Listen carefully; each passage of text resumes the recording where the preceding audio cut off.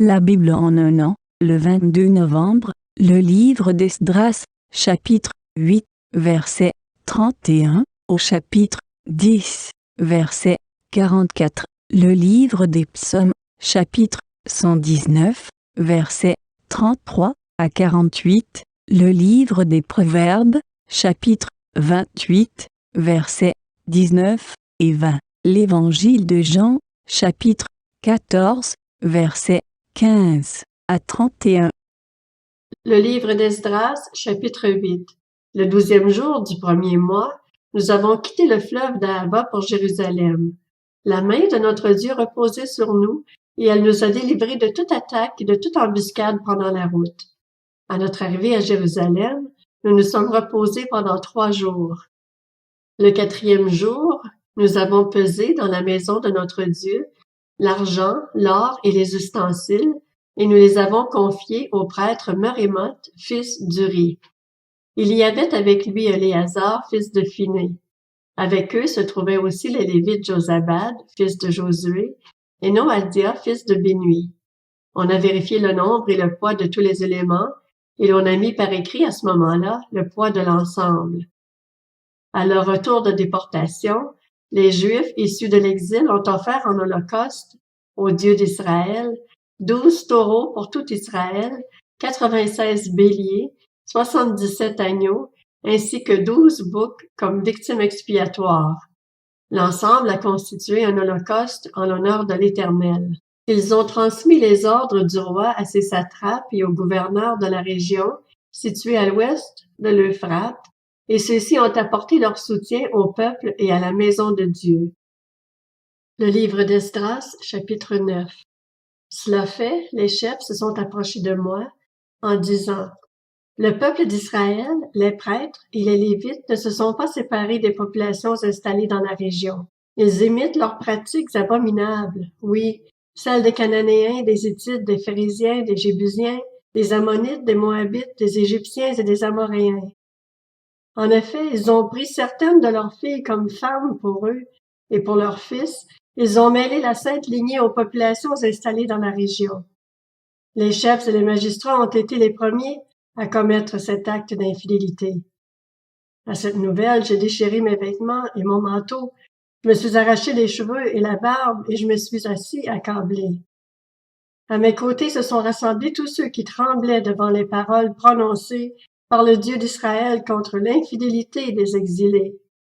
Pour ma part, je suis resté assis, accablé, jusqu'à l'offrande du soir. Puis, au moment de l'offrande du soir, j'ai abandonné mon attitude d'humiliation, tout en gardant mes vêtements et mon manteau déchiré, suis tombé à genoux, étendu les mains vers l'Éternel, mon Dieu, et j'ai dit: mon Dieu, je suis dans la confusion. J'ai honte, mon Dieu, de lever le visage vers toi, car nos fautes sont nombreuses, au point de nous submerger, et notre culpabilité est si grande qu'elle atteint le ciel. Depuis l'époque de nos ancêtres et jusqu'à aujourd'hui, nous avons été grandement coupables, et c'est à cause de nos fautes que nous avons été livrés, nous, nos rois et nos prêtres, à la domination des rois étrangers, à l'épée, à la déportation, au pillage, à une honte pareille à celle qui couvre aujourd'hui notre visage. Pourtant, l'Éternel, notre Dieu, vient de nous faire grâce en nous laissant quelques rescapés et en nous permettant de nous installer dans son saint lieu, en rendant la clarté à notre regard et en nous redonnant un peu de vie au milieu de notre esclavage. Oui, nous sommes des esclaves, mais notre Dieu ne nous a pas abandonnés dans notre esclavage.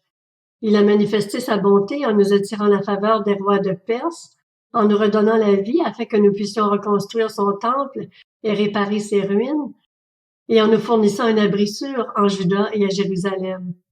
Et maintenant, notre Dieu, que pouvons-nous dire après cela? En effet, nous avons abandonné tes commandements, ceux que tu nous avais prescrits par l'intermédiaire de tes serviteurs les prophètes.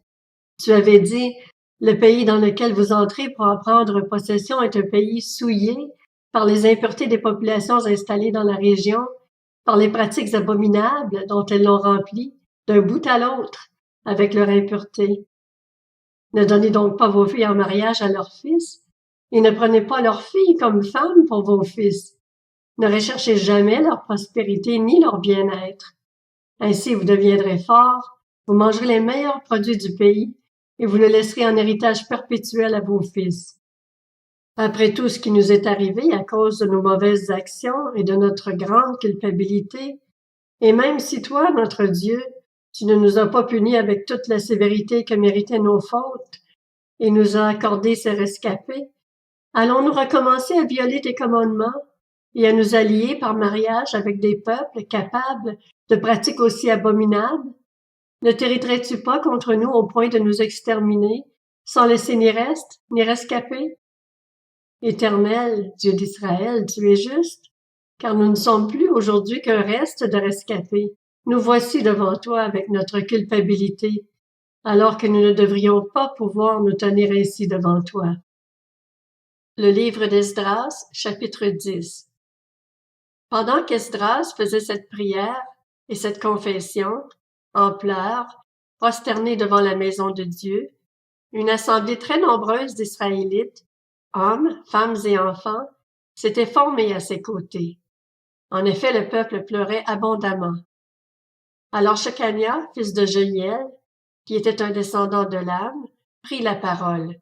Il dit à Esdras, « Nous avons commis un acte d'infidélité envers notre Dieu. Nous avons installé chez nous des femmes étrangères, issues des peuples qui habitent le pays. Pourtant, en dépit de cela, il y a un espoir pour Israël. Concluons maintenant une alliance avec notre Dieu en renvoyant toutes ces femmes et leurs enfants, suivant l'avis formulé par toi, Seigneur, et par ceux qui tremblent devant les commandements de notre Dieu, et que l'on se conforme à la loi. Lève-toi, car cette affaire est de ton ressort. Quant à nous, nous sommes avec toi. Fortifie-toi et agis. » Esdras se leva, il fit jurer aux chefs des prêtres et des Lévites et à tout Israël qu'ils feraient ce qui venait d'être dit, et ils s'y engagèrent par serment. Puis Esdras quitta le devant de la maison de Dieu et se rendit dans la chambre de Jokana, fils d'Eliashib. Il resta là sans manger ni boire, parce qu'il était en deuil à cause de l'infidélité des exilés. On fit passer dans Juda et à Jérusalem un message à l'intention de tous les Juifs issus de l'exil. Ils devaient se réunir à Jérusalem. Tout homme qui ne s'y serait pas rendu dans un délai de 3 jours se verrait, conformément à l'avis des chefs et des anciens, confisquer tous ses biens et serait lui-même exclu de l'assemblée des exilés. Tous les hommes de Juda et de Benjamin se rassemblèrent donc à Jérusalem dans les 3 jours. C'était le 20e jour du 9e mois. Tout le peuple s'installa sur la place de la maison de Dieu, tremblant à la fois à cause de la situation et en raison de la pluie. Le prêtre Esdras se leva et leur dit, « Vous avez commis un acte d'infidélité, vous avez installé chez vous des femmes étrangères, augmentant ainsi la culpabilité d'Israël. Confessez maintenant votre faute à l'Éternel, le Dieu de vos ancêtres, et faites ce qui lui plaît. Séparez-vous des populations du pays et des femmes étrangères. » Toute l'assemblée répondit à voix haute, « Nous nous considérons comme tenus de faire ce que tu as dit. Mais le peuple est nombreux, le temps est à la pluie et nous n'avons pas la force de rester dehors. D'ailleurs, ce n'est pas quelque chose qui peut se faire en 1 jour ou 2 seulement, car il y en a beaucoup parmi nous qui se sont rendus coupables de cet acte de révolte. Que nos chefs restent donc à la place de toute l'assemblée. Tous ceux qui, dans chacune de nos villes, ont installé chez eux des femmes étrangères, viendront à des moments fixés, accompagnés des anciens et des juges de leur ville, jusqu'à ce que l'ardente colère provoquée chez notre Dieu par cette affaire se soit détournée de nous. Jonathan, fils d'Asaël, et Jachzia, fils de Tikva, furent les seuls à s'opposer à cette proposition, avec l'appui de Meshulam et du Lévite Shabtai. Quant aux Juifs issus de l'exil, ils s'y conformèrent. On choisit le prêtre Esdras et des chefs de famille, en les désignant tous nommément, et ils siégèrent le 1er jour du 10e mois pour s'occuper de l'affaire. Le 1er jour du 1er mois, ils avaient fini de traiter le cas de tous les hommes qui avaient installé chez eux des femmes étrangères. Dans les familles des prêtres, on en trouva plusieurs qui avaient installé chez eux des femmes étrangères. Parmi les descendants de Josué, fils de Jotsadak, et ses frères, Il y avait Maaséja, Eliezer, Jarib et Gedalia. Ils s'engagèrent à renvoyer leurs femmes et à offrir un bélier en sacrifice de culpabilité. Parmi les descendants d'Imer, il y avait Anani et Zebadiah. Parmi les descendants de Harim, Maaséja, Éli, Shemaja, Jehiel et Ozias. Parmi les descendants de Pashur, Eljoénaï, Maaséja, Ismaël, Nathanaël, Josabad et Éléazar. Parmi les Lévites, il y avait Josabad, Shimei, Kélaja, c'est-à-dire Kelita, Petachja, Juda et Éliézer. Parmi les musiciens, Eliashib. Parmi les portiers, Shallum, Télem et Uri. Dans le peuple d'Israël, il y avait parmi les descendants de Paraosh, Ramia, Jizija, Malkija, Mijamin, Éléazar, Malkija et Benaja. Parmi les descendants de Lam, Matania, Zacharie, Jehiel, Abdi, Jérémoth et Élie. Parmi les descendants de Zatu, Eljoénaï, Eliashib, Matania, Jérémoth, Zabad et Aziza. Parmi les descendants de Bébaï, Jochanan, Anania, Zabai et Atlaï. Parmi les descendants de Bani, Meshulam, Maluk, Adaja, Jashub, Sheal et Ramoth. Parmi les descendants de Pakat-Moab, Adna, Kelal, Benaja, Maaséja, Matania, Beth-Saleel, Binui et Manassé. Parmi les descendants de Harim, Eliezer, Jéshija, Malkija, Shemaja, Siméon, Benjamin, Maluk et Shemaria. Parmi les descendants de Hashum, Matnaï, Matata, Zabad, Eliphélet, Jérémaï, Manassé et Shimei. Parmi les descendants de Bani, Maadaï, Amram, Uel, Benaja, Bédia, Keluu, Vania, Merémoth, Eliashib, Matania, Matnaï, Jaasai, Bani, Binui, Shimei, Shelemia, Nathan, Adaja, Macnadbai, Shashai, Sharai, Azareel, Shelemia, Shemaria, Shallum, Amaria et Joseph. Parmi les descendants de Nebo, Jehiel, Matitia, Zabad, Zebina, Jadai, Joël et Benaja. Tous ces hommes avaient pris des femmes étrangères, et certains avaient eu des enfants d'elles. Le livre des Psaumes, chapitre 119. Enseigne-moi, Éternel, la voie de tes prescriptions, pour que je la suive jusqu'à la fin. Donne-moi l'intelligence pour que je garde ta loi et que je la respecte de tout mon cœur. Conduis-moi dans le sentier de tes commandements, car je l'aime. Pousse mon cœur vers tes instructions et non vers le profit. Détourne mes yeux de ce qui est sans valeur. Fais-moi vivre dans ta voie. Accomplis envers ton serviteur ce que tu as promis à ceux qui te craignent. Éloigne de moi l'insulte que je redoute, car tes sentences sont pleines de bonté. Je désire vraiment appliquer tes décrets. Fais-moi vivre dans ta justice. Éternel, que ta bonté vienne sur moi, avec ton salut, conformément à ta promesse. Alors je pourrai répondre à celui qui m'insulte, car je me confie en ta parole. N'arrache pas la parole de vérité de ma bouche, car j'espère en tes jugements. Je respecterai constamment ta loi pour toujours et à perpétuité. Je marcherai en toute liberté, car je recherche tes décrets. Je parlerai de tes instructions devant des rois, et je ne rougirai pas de honte. Je fais mes délices de tes commandements, je les aime. Je tends les mains vers tes commandements que j'aime et je veux méditer tes prescriptions.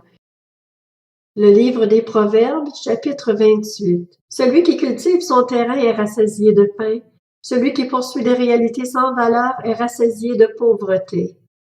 Un homme fidèle est comblé de bénédictions, mais celui qui est pressé de s'enrichir ne restera pas impuni. L'Évangile de Jean, chapitre 14. Si vous m'aimez, respectez mes commandements. Quant à moi, je prierai le Père et il vous donnera un autre défenseur, afin qu'il reste éternellement avec vous. L'Esprit de la vérité que le monde ne peut pas accepter parce qu'il ne le voit pas et ne le connaît pas. Mais vous, vous le connaissez, car il reste avec vous et il sera en vous. Je ne vous laisserai pas orphelin, je reviens vers vous. Encore un peu de temps, et le monde ne me verra plus, mais vous, vous me verrez parce que je vis et que vous vivrez aussi. Ce jour-là, vous saurez que je suis en mon Père, que vous êtes en moi et moi en vous.